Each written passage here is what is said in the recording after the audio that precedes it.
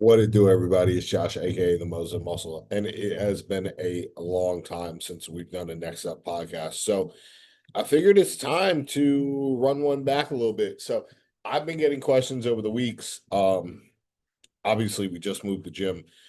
Shout out Pivot Gym. Show up. Tim Mineola, 465 Jericho Turnpike. We are open. We are vibing. Let's get it. It's a sick place to train. But I've been getting questions kind of in my DMs and stuff like that. So I just saved them expecting to do this at some point. So I am just going to pull these up and we are going to get active and get these going. So, first question. Excuse me. How much does meal timing really matter if my total macros are hit by the end of the day? I'm going to say that meal timing doesn't really matter, except for the fact that you are going to want to make sure that you are putting the bulk of your carbs in that peri workout window. So, pre, intra, and post training. I would say anywhere from 55 to 65% of your carbs in the day. So if you're going to have 500 grams of carbs, 55% would be right around 275. 65% would be somewhere right around 325 to 350. In your pre, intra, and post, you could do that through 100 grams or 150 grams pre, 150 grams post, 25 grams intra or 50 grams intra, whatever that number comes out to. But I would say that that is your biggest thing. That is your best bet when it comes to your meal timing and your peri-workout nutrition, making sure that you're putting your carbs there. Other than that, realistically, I don't think it matters. Having a protein feeding every 3 to 4 hours is always a good standpoint to make sure that you're hitting all of your macros, that you're just getting consistent protein feedings throughout the day, or in an influx of amino acids. But it's not as important as people try to make it seem, especially if you're not competing. If you are someone who's just a lifestyle person, then I would definitely suggest saying, like, make the diet fit for you. Make sure that you are putting your carbs in that peri-workout window, because you want to make sure that you are actually getting the performance benefits of the carbs. So put a nice bow on that one. That one's pretty easy. All right. Next one. I feel like I get a lot of food questions all the time. So is there actually a difference between a refeed day and a cheat day, or is that just verbiage? So pretty much. Yeah, absolutely. A refeed day is going to be very similar to your normal diet. So let's say you are in a deficit and you're eating about 200 grams of carbs.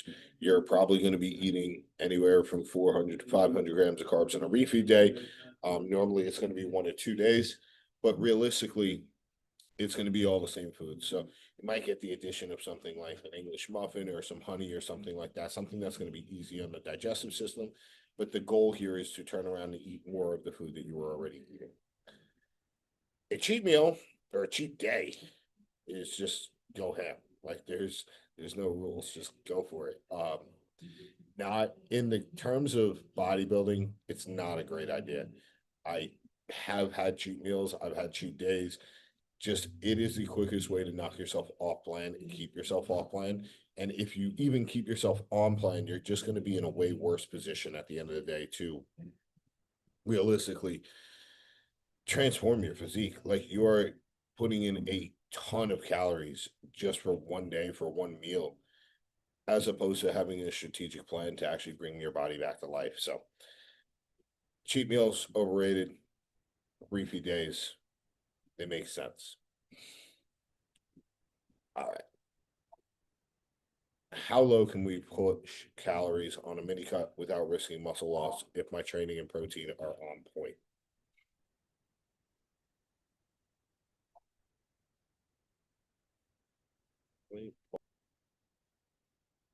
All right, we are back. So how low can I push my calories on a mini cut without risking muscle loss if my training and protein are on point? I used to be under the philosophy that, like, you want to diet on as many calories as possible. I think a mini cut is now,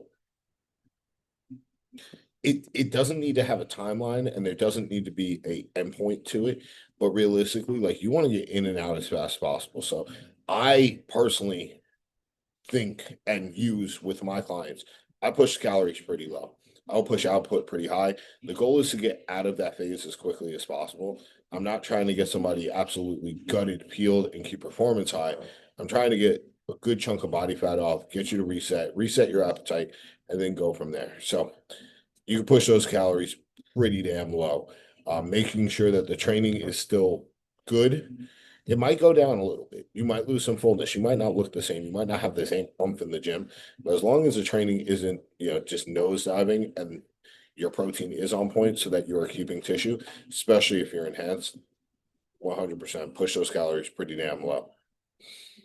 All right. I got to look for something else because I'm tired of these nutrition questions already.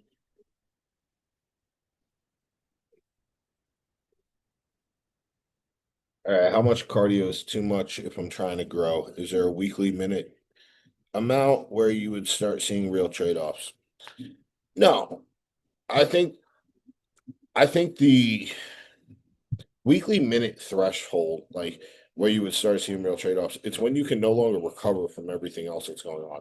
As you get heavier and you get bigger, your ability to recover is going to be less. You are a bigger body, you're going to need more. So you're going to need more food, you're going to need more recovery, you're going to need more sleep realistically.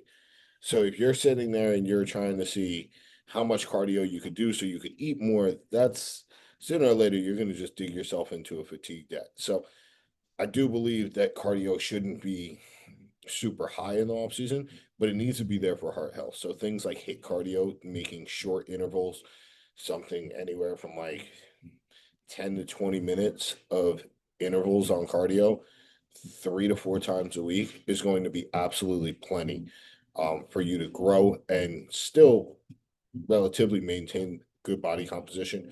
You should even be able to see that your insulin sensitivity gets better if you're using HIIT cardio.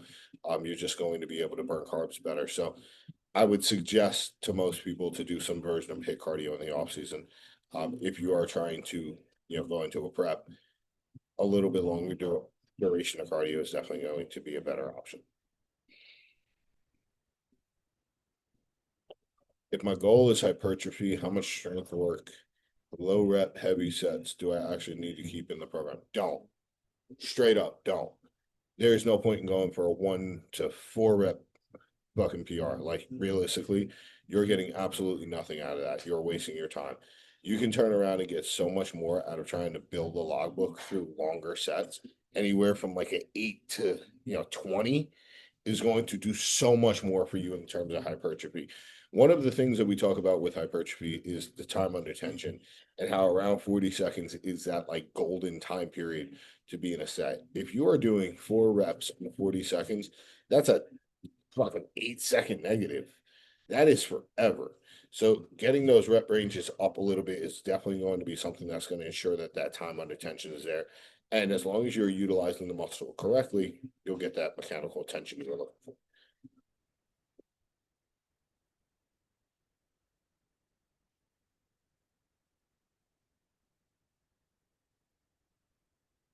Is training every muscle once every 4 to 5 days actually better than strict twice a week frequency? Or is it not just splitting hairs? Really, it depends on the need. Um, I don't really love the bro split. I know that when we're on the podcast with Joe and Austin, like Joe's definitely a little bit more like loving of the bro split. I don't think the bro split's necessary for most people. Do I think an arm day is definitely necessary for some people? Yes, but you have to have a certain amount of tissue for that to really matter. They need to be a glaring weak point realistically for me to think that you need an arm day. But training every muscle 4 to 5 times or 4 to 5 days, once every 4 to 5 days. I think that's a little too low of a frequency. I don't think you need to train everything twice a week. Take your best body part and make that once a week. Take your best training group. So something like if you're training push, it's going to be chest, shoulders, arm, or chest, shoulders, triceps. Make that once a week. Whereas legs and back might be twice a week for you. If your triceps suck, then maybe you do push once a week, you do pull and triceps, and then you do legs, and then you take a rest day, and then you do pull again, and on legs you throw in triceps as well. Like you could do it that way too. You don't need to absolutely hit everything twice a week. You have to do it based on the needs and also based on how the speed of which something grows. For me personally, my back grows very quickly. I don't need to, and nor will I turn around and say that it's a good idea to for me to be training back twice a week. There's absolutely no point. But I can train back really hard once a week and make sure that I put biceps on the first push day so it doesn't affect the pull day at the end of the week. And now I'm still going to get twice the frequency on my biceps. So it's the little things like that that do make a big difference. And if you're trying to just get your frequency up through means of junk volume, I think that's a very bad idea. Make sure the volume is concentrated. Make sure that you're doing the stuff that you need to actually grow the tissue.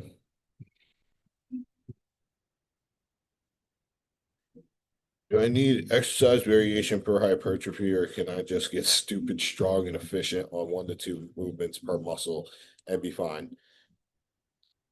You can get stupid strong and efficient on 1 to 2 movements per muscle and be fine.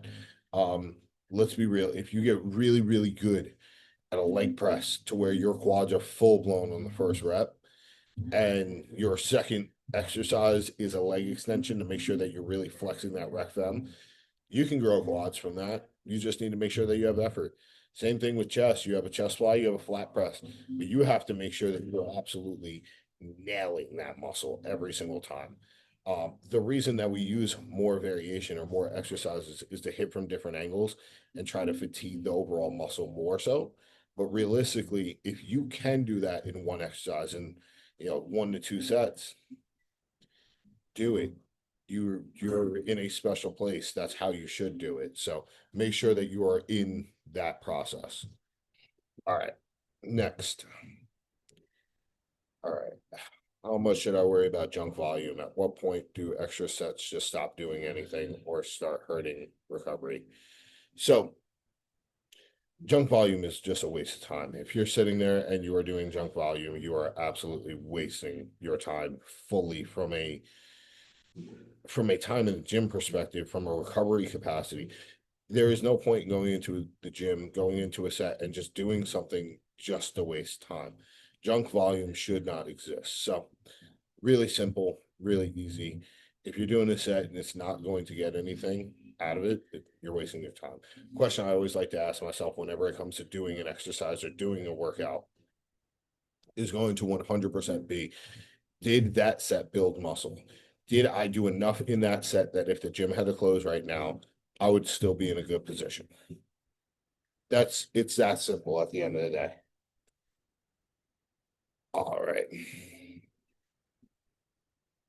Let's get into some fun ones. We got PEDs. SARMs versus low dose steroids versus TRT. What are the real trade-offs in terms of risk, side effects, and results? SARMs are a waste of your time. There are specific quote unquote SARMs, something like a Cardarine or GW 510, 516, that definitely has its place. Low dose steroids or TRT, because of how TRT plus is and things like that, low dose steroids and TRT are very similar to a lot of people. Unless you're saying something like, a low dose steroid is test and trend, because trend's not going to be prescribed as TRT. There's going to be the trade-offs in terms of risk. Like, most people on TRT aren't going to have problems. Also, true TRT is monitored by a doctor, whereas low dose steroids is not going to be monitored by a doctor. You're probably buying that from some guy making it in his bathtub. Let's be real. So the real trade-offs in terms of risk, side effects, and results is like, you could have a problem with low dose steroids. SARMs, unregulated industry, over the counter to a degree. Just stay away. TRT, real true TRT, going to a doctor. That's probably the preferred route for most people, especially if you're just dipping your toe in. But like, the side effects, the risk, the results, you're going to get more results from low dose steroids. You're going to get less results from TRT. You might go blind from certain SARMs. Um, so that's all of it kind of summed up in a in a synopsis, I guess. How much do genetics really matter for PED response? Are there people who will barely grow even on aggressive cycles? Yes, Kevin Levrone, bro. So think about it like this, right? We witnessed Kevin Levrone not train for half a year, hop on the sauce, and be, top five in Mr. Olympia. I think he was top two of the year of that like crazy transformation. Um, Super responder. So yeah, his genetics are better than all of ours when it comes to this. You're not watching this if your genetics are that good. Um, then like, are there people who barely grow on even aggressive cycles? I hate to say it, but like Chase Irons does pretty aggressive cycles in terms of total milligrams, and like he's a big dude, but he's not Ronnie Coleman. He's not, Big Ramy. So yeah, genetics are a huge response for PEDs. Like they matter an absolute fuck ton. And some people will barely grow. It's literally how the cookie crumbles. Did you pick the right parents or no? Um, Here's one that I know I might get some hate on. Is it realistic to come off a moderate cycle and keep most of the muscle? Or will I inevitably lose everything that made me look enhanced? You will lose fullness. Yes. But if you lose your muscle because you came off cycle or because you went into a cruise, you're a pussy. That means you didn't train hard enough. That means your recovery just went to shit. That means you pretty much stopped doing all the things that were growing the muscle in the first place. If you truly rely on steroids to that degree or PEDs to that degree, you got way bigger problems than this. So make sure, absolutely make sure that you are training the way you should, eating the way you should, and doing everything that you need to make sure that that's not a problem for you.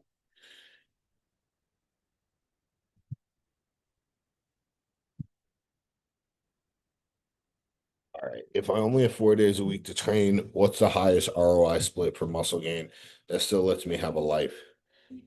Um, I have the joke answer of like, what's a life, right? Like, if your life is going out hiking and shit, you're not gonna want to train legs twice in a week. But if you're just sitting at home and like maybe you go out to the bars or whatever, then like why couldn't you train legs twice in a week? Depends on how much you cut in a rug, baby.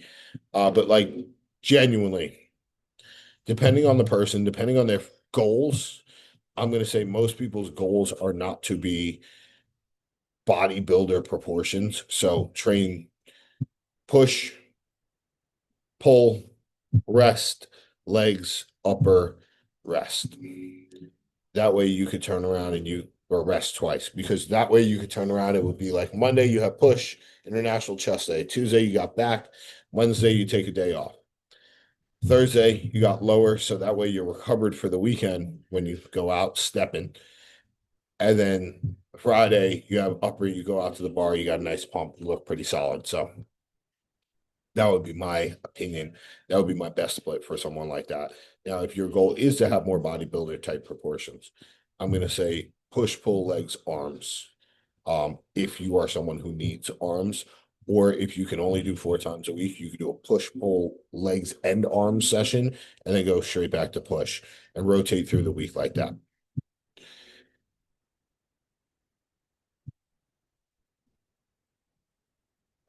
I'm not qualified to answer the next question, but how do I balance wanting to be jacked with having a demanding job, kids, night shifts without burning out? Pretty much how do I balance having just a real true, responsibilities in a life without burning out? Personally, I just burnt out. So I can't really give a great answer. But I realistically think that it's going to be splitting your day into compartments. So having time for your kids, making sure that you're doing what you need to do at your job, making sure that you have time for your meals, being proactive, meal prepping, making sure that you have the little things in place to make you an effective bodybuilder. Those are going to be huge. But realistically, like you need to compartmentalize your day. If you have time to do cardio at this time and that's the only time you have, you got to get it done. If you have, an hour to train on the days that you are going to train, you have to go in there. You can't fuck around. You can't be on your phone. You can't be texting your girl. You can't be doing any of that. You have to get in and get out. So It's just making sure that you are compartmentalizing your day correctly.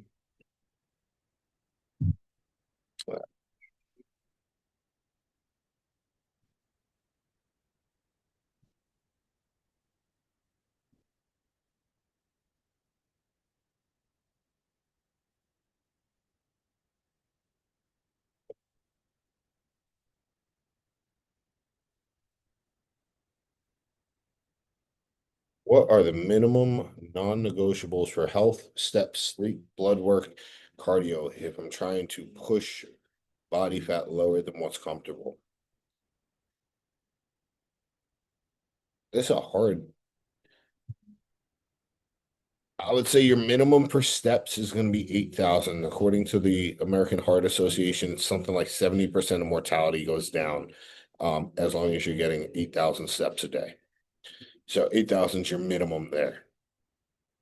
Sleep 7 hours is the minimum I normally look at when looking at clients, just to make sure they're recovering. I can't say that I always get that personally, but 7 hours is like my bottom of my gold standard. Eight obviously is best.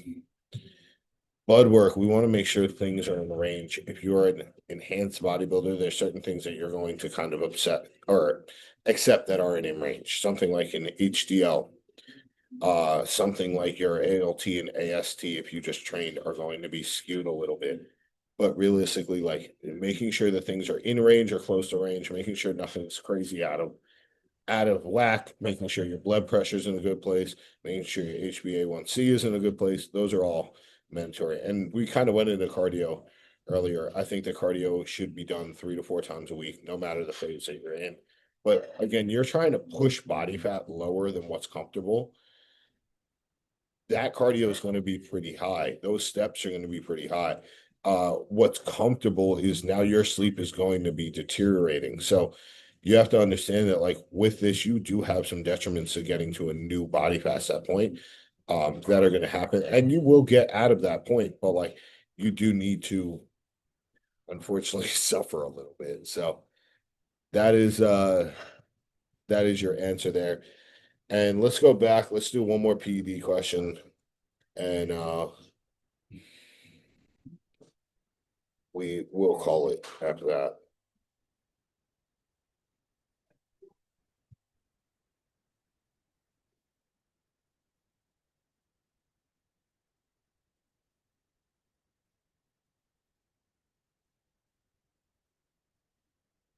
Is blasting and cruising ever a good idea if I'm not a competitive bodybuilder, or is it just long-term TRT with extra steps? All right, so it depends on, even though you're saying you're not a competitive bodybuilder, what is your goal? Is your goal to look like a competitive bodybuilder? Because if that's the case, then yes, blasting and cruising is going to be a good idea. There's going to be times where you could push it a little bit while health is in good place, your life's in a good place, stress isn't out of whack. Where you can push the food, you can push the drugs, and you can still be in a good spot. And then you can pull back with the cruising, maybe go into a mini cut during those times. I really like that approach. Joe did that with me. So you cruise while the androgens are lower, you're able to burn some fat, you're able to clean up a little bit, and that way when you get back into a good phase, a time to grow again, you're more sensitive to the food, you're in a little bit better shape, you almost reset a runway for yourself. So I think that's a great idea. um I think TRT realistically is for the general person who maybe they don't want to look like a bodybuilder. They want to have some muscle, maybe they want to have some visible abs, but they are not trying to look like the top 1% of people on the planet. So that is where TRT definitely comes in. You can look really, really good on TRT, but most won't.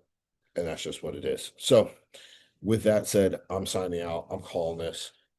Thank you guys for your questions. If you haven't yet, check out Pivot Gym. If you got any other questions, comment them down below. Comment, like, share, subscribe. Next up podcast. I'm the only one who's next up. You feel me? So let's get it.